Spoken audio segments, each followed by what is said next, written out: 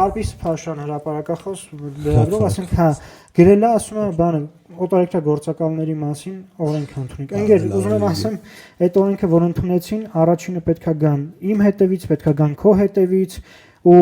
ով է ընդունելու այդ օրենքը, ասենք, այս իշխանություններն են ընդունելու։ Այս իշխանությունները գնացին եկան մեր ձևով շարժում, ասենք, իշխանության։ Նարեկ Կարապետյանն են այդ օրենքը ընդունելու ու արդյունավետ գործելու է։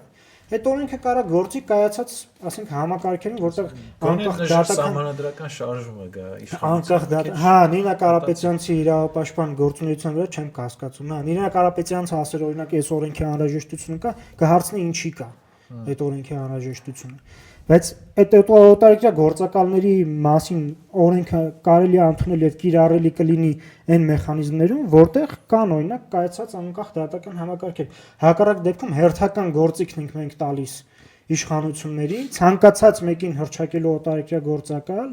ու հետապնդումների ենթարկելու։ Էլ չեմ ասում,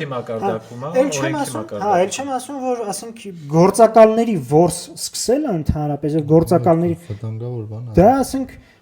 վտանգավորությունը մի կողմ, ասենք, էլի Կարպիսին եմ ասում, դա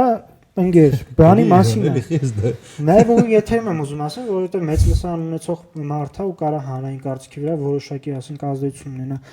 Օտարերկրյա ընդհանրապես գործակալների մասին խոսույթը հրապարակ նետել է իշխանությունը,